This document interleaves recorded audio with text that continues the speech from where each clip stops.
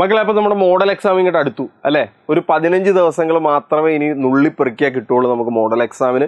അല്ലെങ്കിൽ ഒരു കൃത്യം 2 ആഴ്ചകൾ മാത്രമേ ഇനി മോഡൽ എക്സാമിനുള്ളൂ. അതൊന്ന് ഓർമ്മപ്പെടുത്താൻ വന്നതാണ്. അതിനേക്കാളൊക്കെ ഇമ്പോർട്ടൻ്റ് ആയിട്ട് ഈ മാത്സ് എന്ന് പറയുന്ന സബ്ജക്റ്റിലെ ഈ ചാപ്റ്ററുകൾ, എന്താണ് ഈ മാത്സ് എന്ന് പറയുന്ന ഈ സബ്ജക്റ്റിലെ ഈ ചാപ്റ്ററുകൾ എങ്ങനെ നമുക്ക് കൃത്യമായിട്ട് പഠിക്കാം, അതിനുള്ള ഒരു സ്റ്റഡി പ്ലാനാണ് നിങ്ങൾക്ക് തരാൻ പോകുന്നത്. ഒന്നല്ല, ഞാൻ 2 പ്ലാനുകൾ പറയാം. നിങ്ങൾക്ക് ഇഷ്ടമുള്ള പ്ലാൻ എടുത്തോ, കേട്ടല്ലോ. 2 പ്ലാനുകൾ പറയുന്നുണ്ട്, അല്ലാതെ ഒറ്റ പ്ലാനല്ല നമ്മൾ പറയുന്നത്. 2 പ്ലാനുകൾ, നിങ്ങൾക്ക് ഇഷ്ടമുള്ള പ്ലാൻ ഏതാണോ അത് അതിൻ്റെ അകത്ത് നിന്ന് സെലക്ട് ചെയ്യുക. സത്യം പറഞ്ഞാൽ നമുക്ക് മാത്സിൽ എത്ര ചാപ്റ്ററുകളാണുള്ളത്? +2 13 ചാപ്റ്ററുകളുണ്ട്. +1 വെച്ച് നോക്കാൻ നേരത്തെ ഒരു ചാപ്റ്റർ കുറവാണ്, പക്ഷെ നമുക്ക് കണ്ടന്റ് കൂടുതലുണ്ട്. ഇവിടെ പഠിക്കാൻ കണ്ടന്റുകൾ കൂടുതലാണ്. അപ്പോൾ ഈ 13 ചാപ്റ്ററുകൾ എങ്ങനെ കൃത്യമായിട്ട് പഠിക്കാം എന്നുള്ളതാണ് പറയാൻ പോകുന്നത്. അതിനാദ്യം നമ്മൾ അറിയേണ്ടത് എങ്ങനെയാണ് ഇതിൻ്റെ അകത്തെ ഓരോ മാർക്കുകളുടെ ഡിസ്ട്രിബ്യൂഷൻ അല്ലെങ്കിൽ വെയിറ്റേജ് എങ്ങനെയാണ് വന്നിട്ടുള്ളതെന്ന് അറിയണം. ഇതാണ് നമ്മളുടെ +1 +2 മാർക്കിൻ്റെ ഡിസ്ട്രിബ്യൂഷൻ, കേട്ടല്ലോ. മാർക്ക് ഏകദേശം ഈ ഒരു രീതിയിലായിരിക്കും ഡിസ്ട്രിബ്യൂട്ട് ചെയ്തിരിക്കുന്നത്. ഇനി ഇതിൻ്റെ അകത്ത് വേറെ ശ്രദ്ധിക്കാനുള്ള കാര്യം, ഇതെല്ലാം കൂടി കൂട്ടുമ്പോൾ നമുക്ക് എത്ര മാർക്ക് വരും? 60 മാർക്സ്, 60 മാർക്ക് വരും. പക്ഷെ ഒരു പ്രശ്നമുള്ളത്, നമ്മളുടെ ഒരു ക്വസ്റ്റ്യൻ പേപ്പർ എടുത്തു കഴിഞ്ഞാൽ അതിൻ്റെ 60 മാർക്കിനുള്ള ക്വസ്റ്റ്യൻസ് അല്ല ഉണ്ടാകുന്നത്, ഓർ ക്വസ്റ്റ്യനൊക്കെ കൂടി കുറച്ചുകൂടി ഉണ്ടാവും. അപ്പോൾ നിങ്ങളിവിടെ ശ്രദ്ധിക്കേണ്ട കാര്യം, ഇവിടെ പറഞ്ഞിരിക്കുന്ന മാർക്കിനോട് ഒരു 2 മാർക്ക് വരെയും ചിലപ്പോൾ കൂടാൻ സാധ്യതയുണ്ടാവും. ബേസ് ഏകദേശം ഇതായിരിക്കും, പക്ഷെ ഇതിനേക്കാളും ഒരു 2 മാർക്ക് വരെയും ചിലപ്പോൾ കൂടാൻ സാധ്യതയുണ്ട്. കാര്യം ഇപ്പോൾ ഒരു എക്സാമ്പിൾ പറഞ്ഞു കഴിഞ്ഞാൽ, ഇൻ്റഗ്രൽസ് എന്ന് പറയുന്ന ചാപ്റ്ററിൽ നിന്ന് 4 മാർക്കിനാണ് ക്വസ്റ്റ്യൻ പറഞ്ഞിട്ടുള്ളത്. അത് ചിലപ്പോൾ 6 മാർക്കിനാണ് ക്വസ്റ്റ്യൻ പറഞ്ഞിട്ടുള്ളത്. അത് ചിലപ്പോൾ 6 മുതൽ 8 വരെ പ്രതീക്ഷിക്കാം, അല്ലെങ്കിൽ 7 പ്രതീക്ഷിക്കാം. അങ്ങനെ ചെറിയ മാറ്റങ്ങൾ ഉണ്ടാവും. ഇപ്പൊ നോക്കിയേ, വെക്ടർ ഓൾജിബ്രയിൽ നിന്ന് 5 മാർക്കിനാണ് ഇപ്പോൾ ചോദിച്ചിരിക്കുന്നത്. അത് 5 മുതൽ 7 വരെ നമുക്ക് പ്രതീക്ഷിക്കാം. അപ്പോൾ ഈ ഓർ ക്വസ്റ്റ്യനുകൾ വരുന്നത് കാരണം ഇവിടെ പറഞ്ഞിരിക്കുന്ന മാർക്കിൽ നിന്നും ഒരു 2 മാർക്ക് കൂടി അധികം നമുക്ക് പ്രതീക്ഷിക്കാം, കേട്ടല്ലോ. ചെറിയ വ്യത്യാസങ്ങൾ അങ്ങനെ ഉണ്ടാവും. അപ്പോൾ ഇതാണ് നമ്മളുടെ മാർക്ക് അല്ലെങ്കിൽ വെയിറ്റേജ് എന്ന് പറയുന്നത്. 60 മാർക്കുകൾ എങ്ങനെ ഡിസ്ട്രിബ്യൂട്ട് ചെയ്തിരിക്കുന്നു എന്നാണ് പറഞ്ഞത്. ഇനി ഇവിടെ ശ്രദ്ധിക്കാനുള്ള ഏറ്റവും ഇമ്പോർട്ടൻ്റ് ആയിട്ടുള്ള കാര്യം, ഈ ചാപ്റ്ററുകൾ എങ്ങനെ പഠിക്കും. അപ്പോൾ നിങ്ങൾ ചോദിക്കും, ഇനി മോഡൽ എക്സാമിന് ആകെ 2 ആഴ്ച ഉള്ളൂ, അല്ലെങ്കിൽ 14 ദിവസം ഉള്ളൂ, നമുക്ക് 13 ചാപ്റ്റർ ഉണ്ട്, അപ്പോൾ ഒരു ദിവസം ഒരു ചാപ്റ്റർ വെച്ച് പഠിച്ചാലേ തീരുള്ളൂ, അപ്പോൾ ബാക്കി സബ്ജക്റ്റുകളൊക്കെ എപ്പോൾ പഠിക്കും? അപ്പോൾ ഒരു കൃത്യമായിട്ടുള്ള ഒരു സ്റ്റഡി പ്ലാൻ തരുമ്പോൾ നിങ്ങൾക്ക് ബാക്കി സബ്ജക്റ്റുകൾ കവർ ചെയ്യണം, അല്ലെങ്കിൽ എല്ലാ സബ്ജക്റ്റുകളും നിങ്ങൾക്ക് പഠിക്കണം. അതിനെല്ലാത്തിനും പോകുന്നൊരു പ്ലാൻ ഞാൻ പറയാം. 2 പ്ലാനുകൾ പറയാം. അതിൻ്റെ അകത്ത് നിങ്ങൾക്ക് ഇഷ്ടമുള്ളൊരു പ്ലാൻ എടുക്കുക നിങ്ങൾ, കേട്ടല്ലോ. ഇനി അല്ലെങ്കിൽ നിങ്ങളുടേതായ രീതിയിൽ ചെറിയ മാറ്റം വരുത്തി, അല്ലെങ്കിൽ രണ്ടും കമ്പൈൻ ചെയ്ത് ഉപയോഗിക്കേണ്ടവർക്ക് അങ്ങനെയും ഉപയോഗിക്കാം. 2 പ്ലാനുകൾ ഏതൊക്കെയാണ്? ഒന്ന് പ്ലാൻ എ, നമുക്ക് ഒന്നിനെ പ്ലാൻ എ എന്ന് വിളിക്കാം. രണ്ടാമത്തേനെ നമുക്ക് പ്ലാൻ ബി എന്ന് വിളിക്കാം. ശ്രദ്ധിച്ചോളാം. എൻ്റെ പ്ലാൻ എ എന്ന് പറഞ്ഞു കഴിഞ്ഞാൽ, ചില കുട്ടികൾക്ക് ഏറ്റവും എളുപ്പമുള്ള ചാപ്റ്ററുകൾ ആദ്യം പഠിക്കുന്നതായിരിക്കും ഇഷ്ടം. അപ്പോൾ അവർ നോക്കുമ്പോൾ ആദ്യം എളുപ്പമുള്ള ചാപ്റ്ററുകൾ പഠിച്ചു കഴിഞ്ഞാൽ അത് ഒരു 2-3 ദിവസം കൊണ്ട് 2-3 ചാപ്റ്ററുകൾ നിങ്ങൾ പഠിച്ചു കഴിയും. അപ്പോൾ നിങ്ങൾ നോക്കുമ്പോൾ ഈ 13 ചാപ്റ്ററിൽ നിന്നൊരു 4-5 ചാപ്റ്ററുകൾ പഠിച്ചു കഴിഞ്ഞു. അപ്പോൾ നിങ്ങൾക്ക് മനസ്സിനൊരു സംതൃപ്തി ഉണ്ടാവും. എന്താണ്? ഓ ഭാഗ്യം, ഞാൻ 5 ചാപ്റ്റർ പഠിച്ചു കഴിഞ്ഞു, ഇനി എനിക്ക് കുഴപ്പമില്ല. അപ്പോൾ അങ്ങനെയുള്ളവർക്ക് വേണ്ടി, അതായത് നിങ്ങൾക്ക് ഏറ്റവും എളുപ്പമുള്ള ചാപ്റ്ററുകൾ ആദ്യം പഠിക്കാം. എന്താണ്? ഏറ്റവും എളുപ്പമുള്ള അല്ലെങ്കിൽ ഈസി ആയിട്ടുള്ള ചാപ്റ്ററുകൾ ആദ്യം പഠിക്കാം, കേട്ടല്ലോ. അപ്പോൾ ഇവിടെ പറഞ്ഞിട്ടുള്ള ചാപ്റ്ററുകൾ വെച്ച് നോക്കുമ്പോൾ നിങ്ങൾക്ക് ഏറ്റവും ഈസി ആയിട്ട് തോന്നുന്ന ചാപ്റ്ററുകൾ ഏതൊക്കെയാണ്? അങ്ങനെ വലിയ ഈസിയുള്ള ചാപ്റ്ററുകളാണെന്ന് പറയൂല്ലോ. നമ്മൾ +1 വെച്ച് കമ്പയർ നോക്കാൻ നേരത്തെ ഇവിടെ കുറച്ച് പഠിക്കാനുള്ള ചാപ്റ്ററുകളൊക്കെ തന്നെയാണ്. പക്ഷെ ഇവിടെ കമ്പയർ ചെയ്ത് നോക്കുമ്പോൾ നമുക്ക് ഏറ്റവും ആദ്യം പറയാവുന്ന 2 ചാപ്റ്ററുകളാണ്. ഒന്ന് മെട്രിക്സ്, 2 ഡിറ്റർമിനൻസ്. ഇത് രണ്ടും നമുക്ക് എളുപ്പമാണ്. അത് കൃത്യമായിട്ട് നമുക്ക് വളരെ വേഗത്തിൽ പഠിച്ചെടുക്കാനും പറ്റും. അതിൻ്റെ വെയിറ്റേജ് 5 10 മാർക്കുമാണ്. ആ 2 ചാപ്റ്ററുകൾ കൃത്യമായിട്ട് പഠിച്ചാൽ അതിൻ്റെ അകത്ത് നിന്ന് നമുക്ക് 10 മാർക്ക് ഉറപ്പിക്കാം. ആ ഡിറ്റർമിനൻറ്റിൽ നിന്നൊക്കെ ഒരു ചോദ്യം നിർബന്ധമായിട്ട് ഒരു മോഡൽ ചോദ്യം തന്നെയാണ് ചോദിക്കുന്നത്. ഇനി അത് കഴിഞ്ഞ് പിന്നെ വന്നു കഴിഞ്ഞാൽ എളുപ്പം ഏതാണെന്ന് ചോദിച്ചു കഴിഞ്ഞാൽ ഞാൻ പറയുന്നത് ലീനിയർ പ്രോഗ്രാമിംഗ് എളുപ്പമുള്ളൊരു ചാപ്റ്ററാണെന്ന് പറയാം. എന്താണ്? ലീനിയർ പ്രോഗ്രാമിംഗ് എളുപ്പമുള്ള ഒരു ചാപ്റ്റർ ആണെന്ന് പറയാം, കേട്ടല്ലോ. ഇനി പറയാൻ പോകുന്ന ചാപ്റ്ററുകൾ ചിലപ്പോൾ ചിലർക്ക് ബുദ്ധിമുട്ടായിരിക്കും, ചിലർക്ക് ബുദ്ധിമുട്ടായില്ല. അപ്പോൾ അങ്ങനെ ഒരു വിഷയം വരാൻ ചാൻസ് ഉണ്ട്. അപ്പോൾ ഞാനൊരു ജനറലായിട്ട് റെപ്രസെൻറ്റ് ചെയ്യുന്ന ഒരു രീതിയിൽ, അല്ലെങ്കിൽ ഒരു കൂടുതൽ കുട്ടികൾക്ക് എങ്ങനെയാണോ ആ ചാപ്റ്ററുകൾ എന്നുള്ള രീതിയിലാണ് ഞാൻ പറയാൻ പോകുന്നത്, കേട്ടല്ലോ. ശ്രദ്ധിച്ചോളാം. ഇനിയുള്ളതിൽ നോക്കിയേ, ഇപ്പം 3 ചാപ്റ്ററുകൾ എഴുതി, 3 ചാപ്റ്ററുകൾ എടുത്തു നമ്മൾ, 3 ചാപ്റ്ററുകൾ എടുത്തു. ഈ 3 ചാപ്റ്ററുകളിൽ നിന്നും ഇനി എളുപ്പം നിങ്ങൾക്ക് പെട്ടെന്ന് പഠിച്ചു തീർക്കാൻ പറ്റിയ 2 ചാപ്റ്ററുകളാണ് ഈ വെക്റ്റർ ഓൾജിബ്രയും 3Dയും. കേട്ടല്ലോ, അവന്മാർ നമുക്ക് 4, 5 എന്ന് പേര് കൊടുക്കാം. ഇത് രണ്ടും പഠിക്കുന്നവർ ശ്രദ്ധിക്കുക, നിങ്ങൾ പഠിക്കാൻ പറ്റുമെങ്കിൽ അത് ഒരുമിച്ച് തന്നെ പഠിക്കാൻ ശ്രമിക്കുക. കാര്യം അത് രണ്ടിലും പറയുന്ന കാര്യങ്ങൾ ഏകദേശം ബേസിക്, ഏകദേശം സെയിമൊക്കെ തന്നെയാണ്. പിന്നെ എന്താണ്, അതിൻ്റെ അകത്ത് രണ്ടിലും ഉപയോഗിക്കുന്ന രീതികളും കുറേ സാധനങ്ങളും ഇക്വേഷൻസ് ഒക്കെ സെയിമാണ്. അപ്പോൾ ഇക്വേഷൻ എഴുതി തന്നെ പഠിക്കാൻ ശ്രമിക്കുക. നിങ്ങൾ കൃത്യമായിട്ട് പഠിച്ചാൽ ഇവിടെ നോക്കിയേ, ഏകദേശം 9 മാർക്കിനുള്ള ചോദ്യങ്ങൾ ഈ 2 ചാപ്റ്ററുകളിൽ നിന്ന് തന്നെ കിട്ടും. എടാ ഇപ്പോൾ പറഞ്ഞിരിക്കുന്ന ഈ 5 ചാപ്റ്ററുകൾ പഠിച്ചാൽ നിങ്ങൾക്ക് എത്ര മാർക്ക് കിട്ടും നോക്കിയേ? 10, 20, 25 മാർക്ക് ഇപ്പം തന്നെ നിങ്ങൾക്ക് കിട്ടും. ഇപ്പോൾ പറഞ്ഞിരിക്കുന്ന ചാപ്റ്ററുകൾ മാത്രം പഠിച്ചാൽ നിങ്ങൾക്ക് 25 മാർക്കിൻ്റെ അടുത്ത് എന്താണ് സ്കോർ ചെയ്യാൻ പറ്റും കൃത്യമായിട്ട് പഠിച്ചാൽ. ഇനിയുള്ള ചാപ്റ്ററുകളുടെ പ്രത്യേകത അത് കുറച്ച് ബുദ്ധിമുട്ടാണ്, കുറച്ച് കുട്ടികൾക്ക് ബുദ്ധിമുട്ടെന്ന് പറയുന്ന ചാപ്റ്ററുകളാണ്. ഇവിടെ നോക്കിയേ, റിലേഷൻ ആൻഡ് ഫങ്ഷൻസ്. അടുത്ത നമുക്ക് എന്ത് പറയാം? റിലേഷൻ ആൻഡ് ഫങ്ഷൻസ് പറയാം. അതിൻ്റെ അടുത്ത നമുക്ക് എന്ത് പറയാം? ഇൻവേഴ്സ് ട്രിഗ്നോമെട്രിക് ഫങ്ഷൻസ് എന്ന് പറയാം. റിലേഷൻ ആൻഡ് ഫങ്ഷൻസ് കഴിഞ്ഞത് വെച്ച് നോക്കാൻ നേരത്ത് നമുക്ക് കുറച്ച് ചെയ്യാനുണ്ടെങ്കിലും ചാപ്റ്ററിൻ്റെ അവസാനത്തിലേക്ക് വരാൻ നേരത്ത് കുറച്ച് കുട്ടികൾ ബുദ്ധിമുട്ടാണെന്ന് പറയുന്ന ചാപ്റ്ററാണ്. അതുപോലെ തന്നെ ഇൻവേഴ്സ് ട്രിഗ്നോമെട്രിക് ഫംഗ്ഷൻ എന്ന് പറഞ്ഞാൽ ഇവിടെ ഒരു ചെറിയ ചാപ്റ്ററാണ്. അത് ചിലപ്പോൾ നിങ്ങൾ പഠിച്ചതിൻ്റെയോ അല്ലെങ്കിൽ നിങ്ങൾ ചില അതിൻ്റെ കാണാതെ പഠിക്കേണ്ട ഇക്വേഷൻസ് പഠിക്കാതിരിക്കുന്നത് കൊണ്ടോ നിങ്ങൾക്ക് ബുദ്ധിമുട്ടായെന്ന് തോന്നുന്നതാണ്. അതല്ലാതെ നിങ്ങളൊന്ന് ആഞ്ഞു പിടിച്ചാൽ വളരെ എളുപ്പത്തിൽ നിങ്ങൾക്ക് പഠിച്ചു തീർക്കാൻ പറ്റിയൊരു ചാപ്റ്ററാണ്. അപ്പോൾ ഒന്ന് ആഞ്ഞു പിടിച്ചാൽ നിങ്ങൾക്ക് വളരെ എളുപ്പത്തിൽ അല്ലെങ്കിൽ വളരെ സിമ്പിളായിട്ട് പഠിച്ചു തീർക്കാൻ പറ്റിയ ചാപ്റ്ററുകളാണിത്. ഇനി അടുത്തത് ഞാൻ ഒരു സെറ്റായിട്ട് തന്നെയാണ് ഇട്ടിരിക്കുന്നത്. അതിൽ എളുപ്പമുള്ള ചാപ്റ്ററുകളുണ്ട്, ബുദ്ധിമുട്ടുള്ള ചാപ്റ്ററുകളുണ്ട്. ഈ ചാപ്റ്റർ കഴിവതും കണ്ടിന്യൂസ് ആയിട്ട് തന്നെ പഠിക്കാൻ നോക്കുക. അല്ലെങ്കിൽ ഒരെണ്ണം പഠിച്ചു കഴിഞ്ഞിട്ട് തൊട്ടടുത്തത് അടുത്ത ചാപ്റ്റർ പഠിക്കുക. ഇപ്പോൾ നിങ്ങൾ കണ്ടിന്യൂറ്റി ആൻഡ് ഡിഫറൻഷ്യബിലിറ്റി പഠിച്ചു കഴിഞ്ഞു, അടുത്തത് ഉടനെ പോയി ആപ്ലിക്കേഷൻ ഓഫ് ഇൻ്റഗ്രൽസ് പഠിക്കരുത്. വേണമെങ്കിൽ നിങ്ങൾ ഈ പുറത്തുനിന്ന് ഏതെങ്കിലും ചാപ്റ്റർ എടുത്ത് പഠിച്ചോ.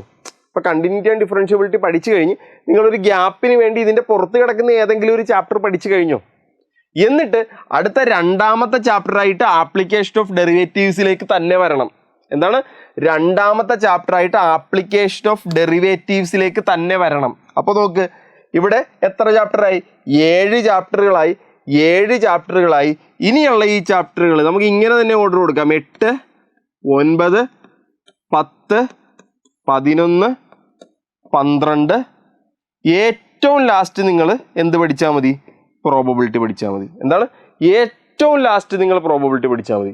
അല്ലെങ്കിൽ പ്രോബബിലിറ്റി പഠിച്ച് തീർത്തിട്ട് നിങ്ങൾ ഇതിലേക്ക് കയറിയാലും മതി. അല്ലെങ്കിൽ വേണമെങ്കിൽ നമുക്ക് പ്രോബബിലിറ്റിക്ക് നേരത്തെ പറഞ്ഞ പോലെ ഒരു യെല്ലോ ഷെയ്ഡ് കൊടുത്താൽ മതി. പ്രോബബിലിറ്റി അത്ര ബുദ്ധിമുട്ടുള്ള ഒരു ചാപ്റ്റർ അല്ല. പ്രോബബിലിറ്റി അത്ര ബുദ്ധിമുട്ടുള്ള ഒരു ചാപ്റ്റർ അല്ല. ഓക്കെ അല്ലേ? അപ്പോൾ ഇത് പഠിക്കുന്നവരൊന്ന് ശ്രദ്ധിച്ചേക്കുക, ഇതൊരു ഓർഡറിൽ തന്നെ പഠിക്കാൻ നോക്കുക. നിങ്ങളിപ്പോൾ 8ാമത്തെ ചാപ്റ്റർ കഴിച്ചിട്ട് ഡിറ്റർമിനൻ്റ് പഠിച്ചോ, പ്രശ്നമൊന്നുമില്ല. പക്ഷെ അടുത്തത് 9 തന്നെ പഠിച്ചോളൂ. ഓക്കെ അല്ലേ? ഇനി ഇതിൻ്റെ അകത്ത് നിങ്ങൾ വിചാരിക്കുന്നൊരു കാര്യമുണ്ട്, ഈ സെറ്റ് എല്ലാം ബുദ്ധിമുട്ടാണെന്ന്. അങ്ങനെയൊന്നുമില്ലടാ, ഈ സെറ്റ് അത്ര ബുദ്ധിമുട്ടൊന്നുമില്ല. ഇതിൻ്റെ അകത്ത് ഏറ്റവും ബുദ്ധിമുട്ടുള്ള ഒരുത്തൻ എന്ന് പറയുന്നത് ഇവനായിരിക്കും, ഇൻ്റഗ്രൽസ് ആയിരിക്കും. ഇൻ്റഗ്രൽസിൽ കുറേ ടൈപ്പുകളുള്ളത് കൊണ്ടാണ്. ബാക്കി എല്ലാവരും അത്ര പ്രശ്നക്കാരൊന്നുമല്ല. നിങ്ങളൊന്ന് ആഞ്ഞു പിടിച്ചാൽ കൃത്യമായിട്ട് പഠിക്കാൻ പറ്റുന്ന ചാപ്റ്ററുകളാണ്. അപ്പോൾ ഇങ്ങനെയാണ് ഇതിൻ്റെ എളുപ്പത്തിൽ നിന്ന് ബുദ്ധിമുട്ടിലേക്ക് പോകുന്ന രീതി.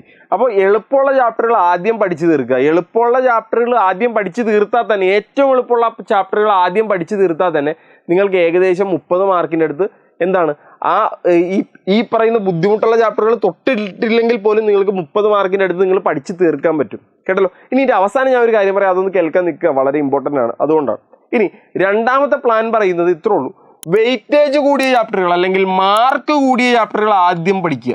എന്താണ്? മാർക്ക് കൂടിയ ചാപ്റ്ററുകൾ ആദ്യം പഠിക്കുക. അപ്പോൾ ഏറ്റവും മാർക്ക് കൂടിയ ചാപ്റ്റർ ഏതാ?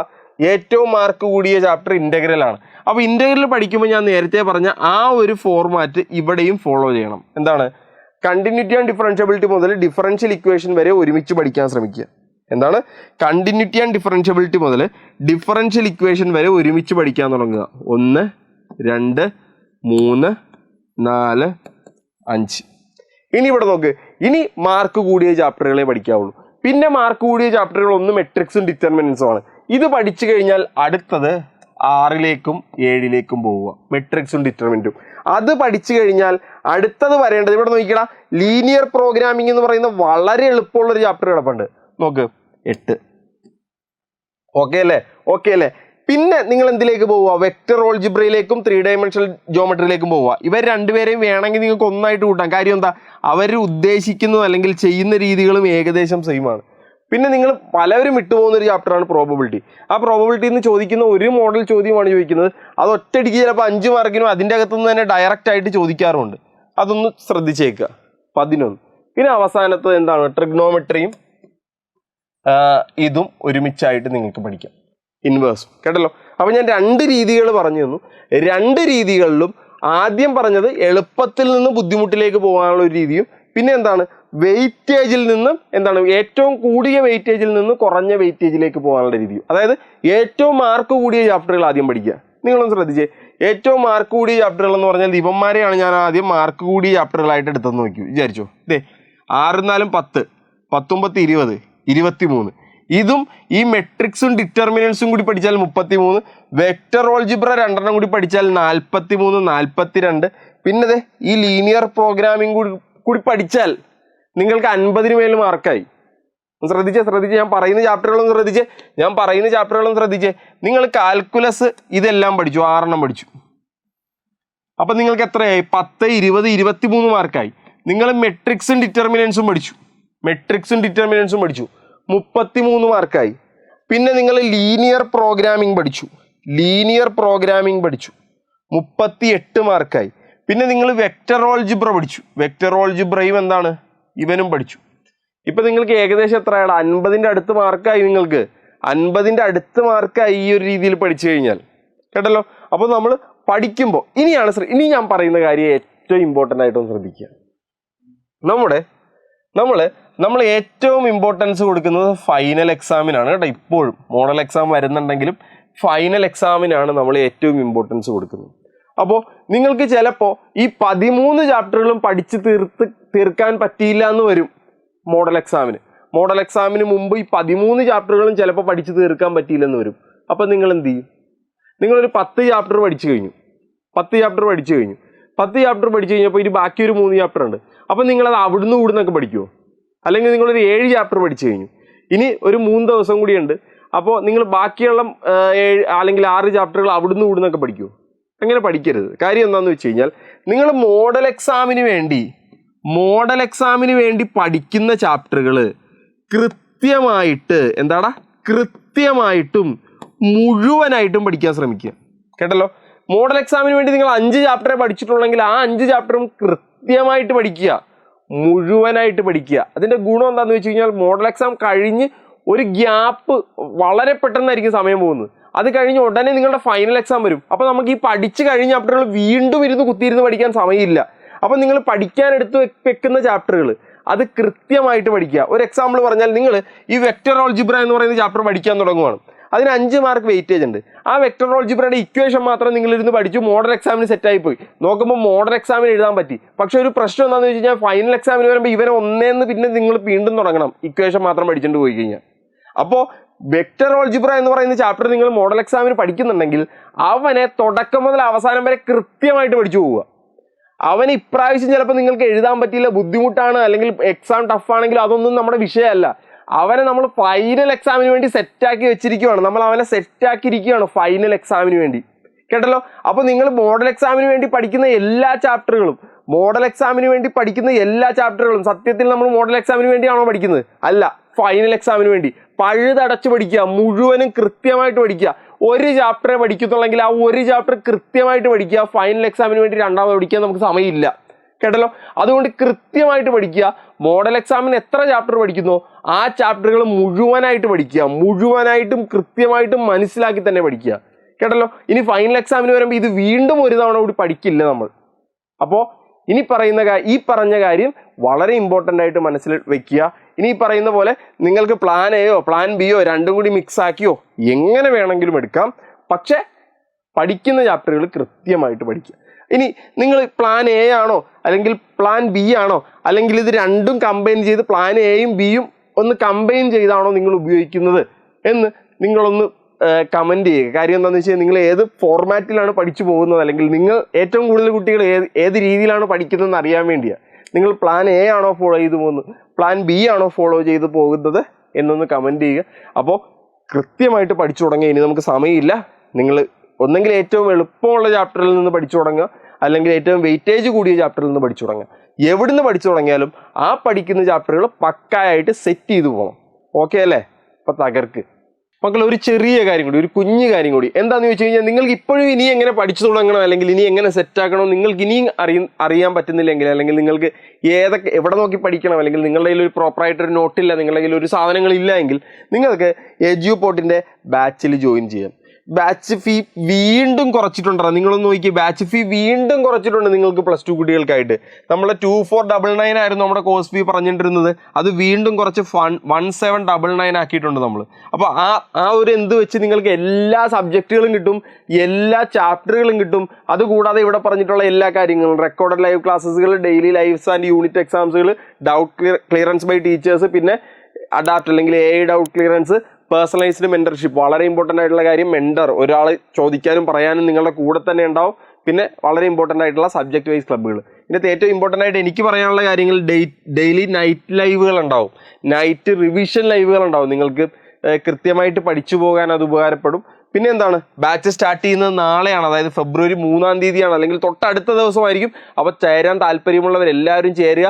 താഴെ ഞാനൊരു ഫോം ഇട്ടിരിക്കാം, അത് ഫില്ല് ചെയ്യുക. ആ ലിങ്കിൽ ക്ലിക്ക് ചെയ്താൽ നിങ്ങൾക്ക് എല്ലാ ഡീറ്റെയിലും അറിയാം. ഇനി അത് നിങ്ങൾക്ക് കഴിയില്ലെങ്കിൽ താഴെ ഒരു സ്ക്രോൾ പോകുന്നുണ്ടാവും, ആ നമ്പറിൽ വിളിച്ചു ചോദിച്ചാൽ നിങ്ങൾക്ക് എല്ലാം അറിയാൻ പറ്റും. അപ്പോൾ ശ്രദ്ധിക്കുക, എന്താണ്, ചേരാൻ താല്പര്യമുള്ളവരെല്ലാവരും ചേരുക.